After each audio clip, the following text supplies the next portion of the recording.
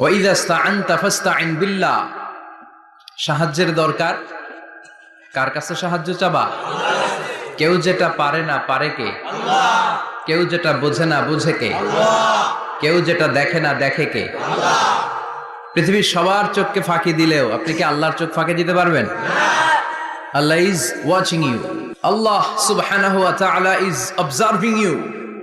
আল্লাহ আপনারা দেখছেন।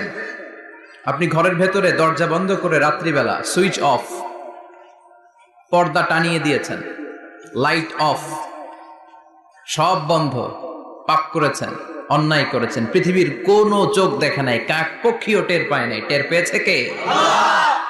ওনার চোখকে ফাঁকি দেয়া যায়? চিল্লায় বলেন ফাঁকি দেয়া যাবে? এজন্য কেউ যেটা দেখে না দেখে কে? কেউ যেটা শোনে না শোনে কে?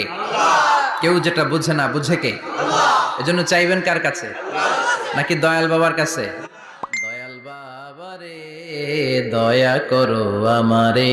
কি সুন্দর মিলাইছে, দয়াল বাবারে দয়া করো আমারে। দয়াল বাবা আপনার কিচ্ছু করতে পারে না।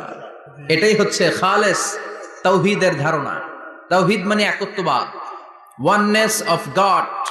স্রষ্টা যে একজন, সবাই আমরা এক কেন্দ্রিক হব, শুধু উনার কাছে চাবো, উনার কাছে কাঁদবো, মনের জ্বালা যন্ত্রণা শুধু উনিই পূরণ করতে পারেন, ঠিক কিনা? এটার নাম তাওহীদ। এটার নাম কি? তাওহীদেরই মুর্শিদ আমার মুহাম্মাদের নাম বলো, মুহাম্মাদের নাম। আল্লাহর নাম জপলে বুঝতে পারি আল্লাহরই কালাম, বলো মুহাম্মাদের নাম।